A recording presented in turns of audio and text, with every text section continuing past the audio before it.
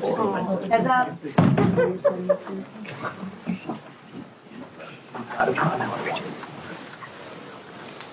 afternoon, everyone. Good afternoon. The Affordable Care Act tax credits expire next month, and Republicans are out of excuses. Because of the Republican refusal to extend the Affordable Care Act tax credits, tens of millions of Americans are about to experience dramatically increased premiums, co-pays, and deductibles. In some cases, everyday Americans are going to experience their premiums increasing by $1,000 or $2,000 per month. These are working class and middle class Americans. Those increases will be unaffordable. Everyday Americans will be unable to go see a doctor when they need one. And yet Republicans continue to bury their heads in the sand and are unwilling to address the affordability crisis that is crushing the American people. This from a group of folks, these extremist Republicans, who spent all of last year lying to the American people, saying to everyday Americans that they were going to lower costs on day one. But we know under Donald Trump and complete Republican control of the House and the Senate, costs haven't gone down in America. Costs have gone up. Housing costs, out of control. Grocery costs, out of control. Electricity bills, out of control. And now health care premiums, skyrocketing, out of control because of Republican inaction and an unwillingness to do anything to make life better for the American people. The Trump tariffs have been a complete disaster. As we approach Thanksgiving and the holiday season, food costs are skyrocketing through the roof, and everyday Americans are experiencing thousands of dollars in additional expense. The economic policies of Donald Trump and the Republican Party have been a complete and total failure. That's why they were routed across the country, thoroughly destroyed by the electorate in state after state after state, because they've done nothing to make life more affordable for everyday Americans, and they've done everything to make life more expensive. Questions? Thank you, Mr. Leader.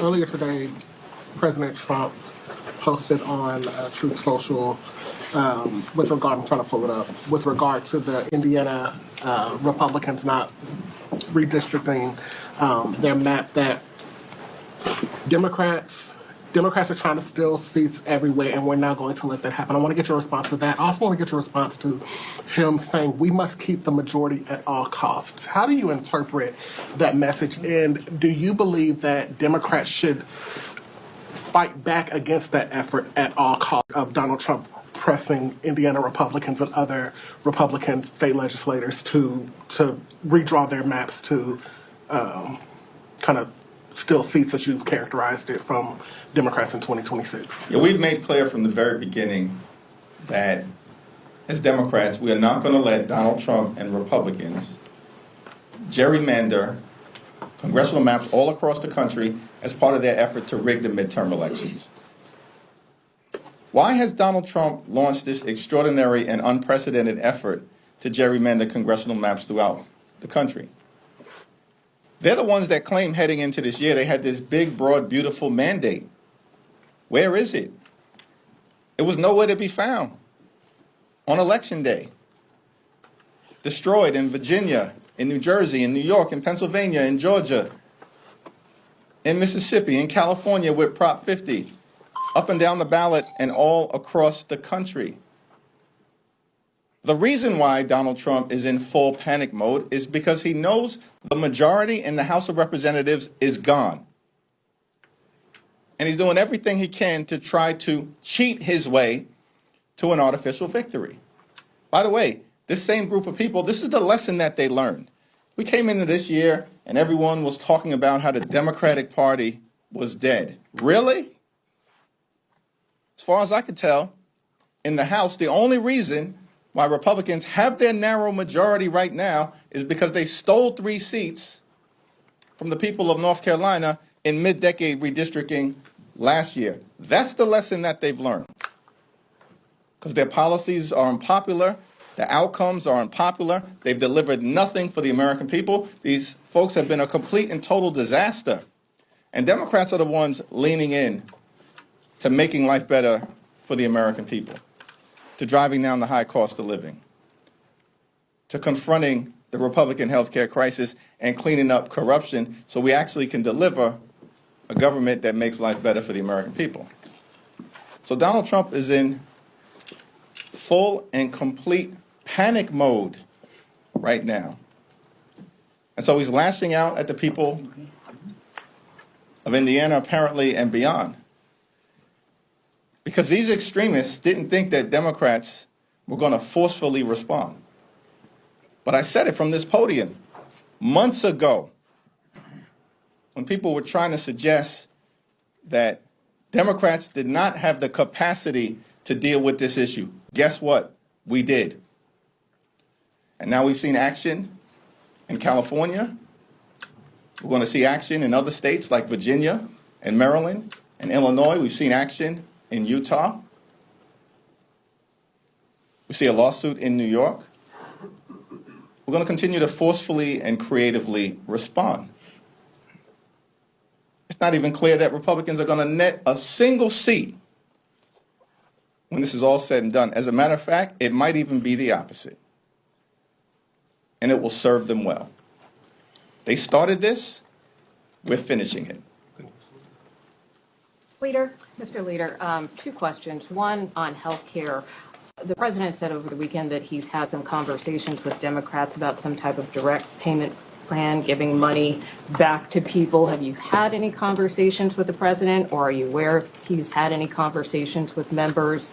And then secondly, on Epstein, the president also just said a short time ago that he might be willing to sign this measure if it clears both chambers. If that is the case, are you comfortable with whatever information is in the Epstein files if it involves or potentially implicates Democrats? Donald Trump appears to have chickened out on the Epstein scandal. He's caved. It's a complete and total surrender. Because as Democrats, we made clear from the very beginning, the survivors and the American people deserve full and complete transparency as it relates to the lives that were ruined by Jeffrey Epstein, who was a monster, and all of those folks who were dealing with him. The wealthy and the well-off. And people who are going to be exposed in full transparency. That's been our commitment from the very beginning. And it's closer to happening this week. The House will act decisively. The Senate needs to act. And Donald Trump just needs to step out of the way and let the chips fall where they may. Now, in terms of the first part of your question, I have no idea what Donald Trump is talking about. I certainly haven't had a conversation with him. I have no visibility into Leader Schumer having a conversation with him. I don't know a single member of the House Democratic Caucus who has had a conversation with Donald Trump. These people continue to bury their heads in the sand and then lie to the American people. This is not that complicated. Time has run out as it relates to extending the Affordable Care Act tax credits. The most viable path forward is for those Republicans, all we need is a handful, to join our discharge petition, just like a handful joined the discharge petition related to Jeffrey Epstein and those files. All we need is a few Republicans to join the House Democratic Caucus discharge petition, and we can extend the Affordable Care Act tax credits for 3 years to provide the American people with the certainty that they need that their health care costs are not going to explode. Leader Jeffries. Hold on. Thanks. Third row.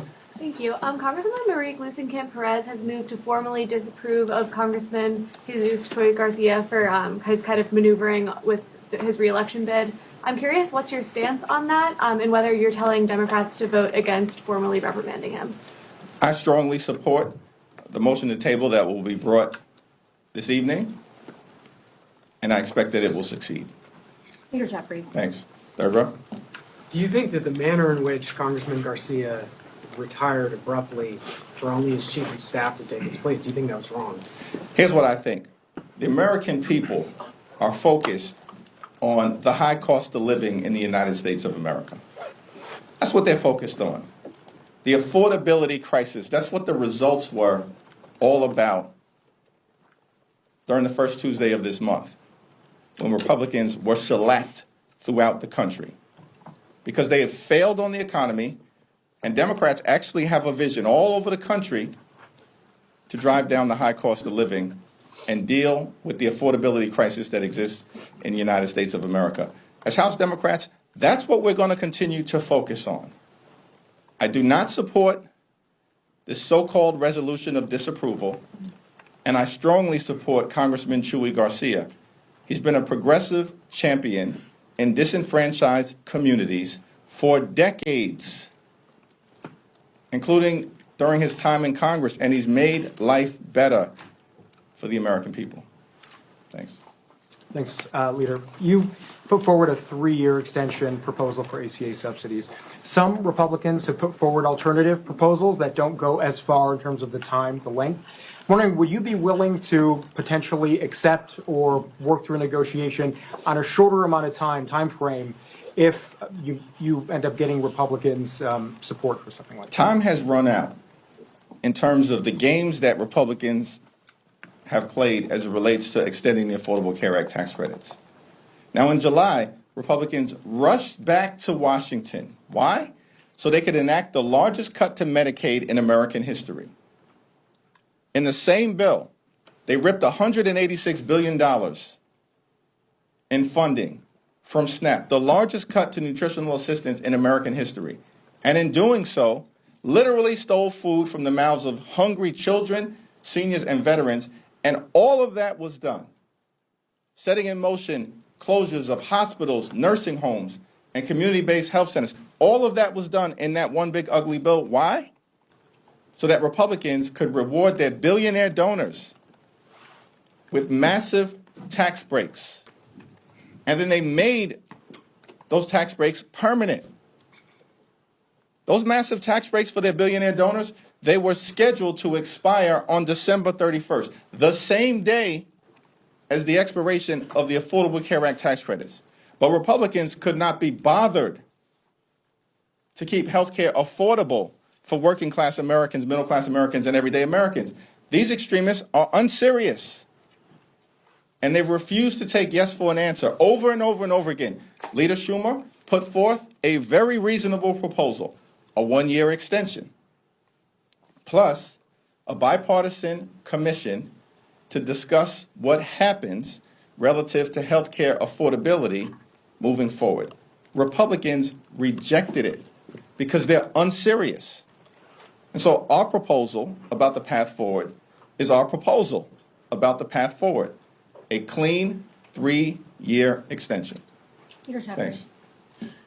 Why should Americans trust you and House Democrats on the Jeffrey Epstein files when one of your own, Congresswoman Plaskett, was found to be texting with Jeffrey Epstein during a hearing, getting information from him, using that in her questioning during a congressional hearing, and at one point he tells her, "Good job." This is a bipartisan effort to make sure that, consistent with what the survivors have requested, that there's full and complete transparency, and every single predator who may be in those Justice Department files doesn't escape accountability. Thanks. Thank you, Leader Jeffries. New York City Councilman Chi Osei filed paperwork today to run against you to represent Brooklyn. He has said that Democratic leadership has failed to effectively fight against President Donald Trump. What's your response? Come on in, the water is warm. Thank you, Leader Jeffries. I wanted to ask, Representative Burchett and Speaker Johnson alleged that Democrats blocked the UC last week to release the Epstein files. Any comment on that? And did Democrats block that unit? I have no idea what Mike Johnson is talking about. He didn't pick up the phone and call me about a damn thing relative to the Epstein files. This guy has been blocking the release of the Epstein files for 7 or 8 weeks. The House has literally been out of session. Republicans have been on a taxpayer-funded vacation for 7+ weeks. refused to swear in Representative Adelita Grijalva. Why did they do that? Because they knew she would trigger an up or down vote on the release of the Epstein files, as she has now done.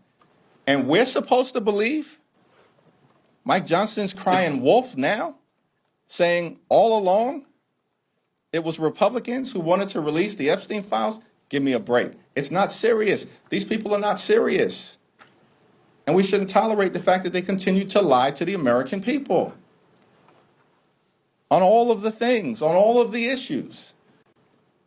Their lies is what has gotten them in trouble. It's the reason why Republicans were beaten like a piñata on Election Day across America,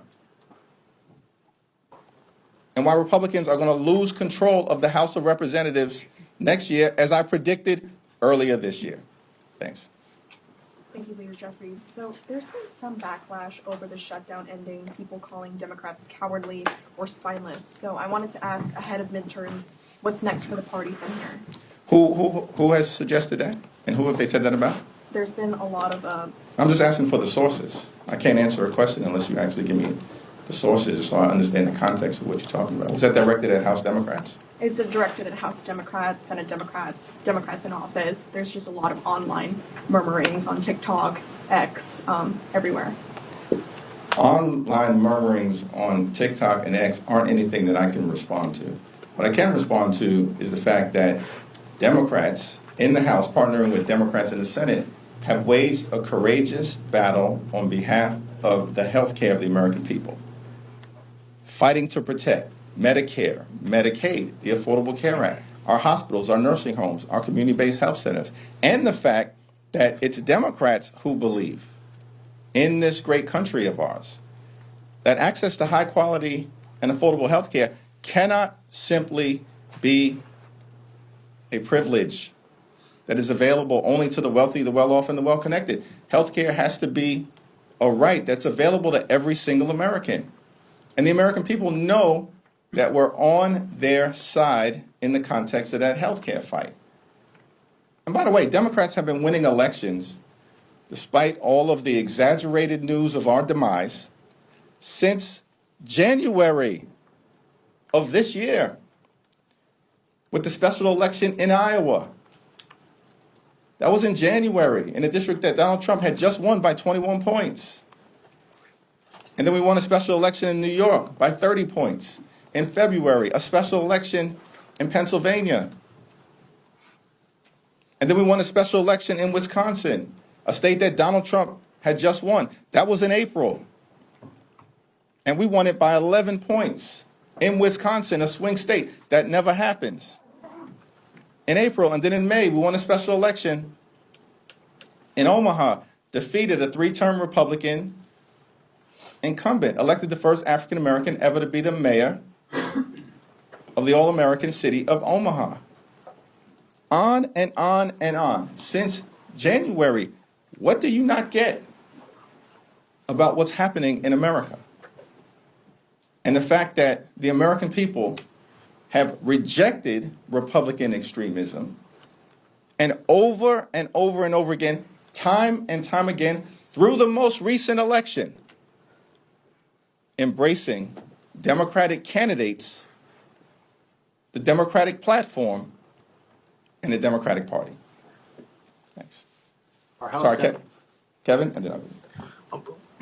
Obviously, there's no commitment at this point for any sort of action on this Epstein bill over on the Senate side. If it gets a veto-proof majority, if we're talking 100-some-odd Republicans and they don't take it up over there, what does that tell you? What is your reaction? Well, I think it's going to be important for Senate Republicans to follow the lead of what is going to be a strongly bipartisan vote in the House, obviously led by Representative Massey and by Rowe. And I'm thankful for the leadership of both of them. But it's going to be strongly bipartisan in the House, and it probably will be a veto-proof number, certainly given the fact that Donald Trump has just caved once again, spectacularly and publicly, and now wants to pretend, lie to the American people, that Donald Trump all along has been interested in the Epstein files released. Really? literally just a few days ago, you summoned Lauren Boebert to the Situation Room to try to continue the Jeffrey Epstein cover-up. Think about this. This is where we're at in America. John F. Kennedy, who created the Situation Room and was in the Situation Room in 1963 during the Cuban Missile Crisis. Bill Clinton, in the Situation Room, dealing with the tragedy of the Oklahoma City bombing in 1995. President Barack Obama, in the Situation Room in 2011, during the successful raid on Osama bin Laden in Pakistan. But in 2025, this is what it's come to in America. Donald Trump is using the Situation Room to advance the cover-up of the Jeffrey Epstein files. This is why Republicans are being rejected all across the country. These are both unserious and dangerous people at the same time. Thanks. Saudi Prince Mohammed bin Salman is meeting with the president tomorrow, and there's talk of him coming to the Hill. If you had the opportunity, would you participate in such a meeting? And just in general, what's your response to him coming up here? Yeah, I haven't had the opportunity to formally review any invitation relative to a possible visit to the Hill, but I'll review it in good faith, as we always do with respect to foreign leaders. Do you have any concern, just given his involvement in previous years in the killing of the Washington Post journalist? I look forward to having that conversation with Gregory Meeks and Adam Smith and Jim Himes about what would be the appropriate approach. Thanks. The clock's already ticking towards January 30th. Can you report on any progress on the appropriations bills? Are we making any progress on minibus 2? The Senate's going to be out for Thanksgiving, Christmas. I'm just wondering if we're going to be facing another shutdown sort of scenario. Well, our approach as it relates to the upcoming government funding deadline on January 30th is going to be the same as it's always been. We reject a my way or the highway approach.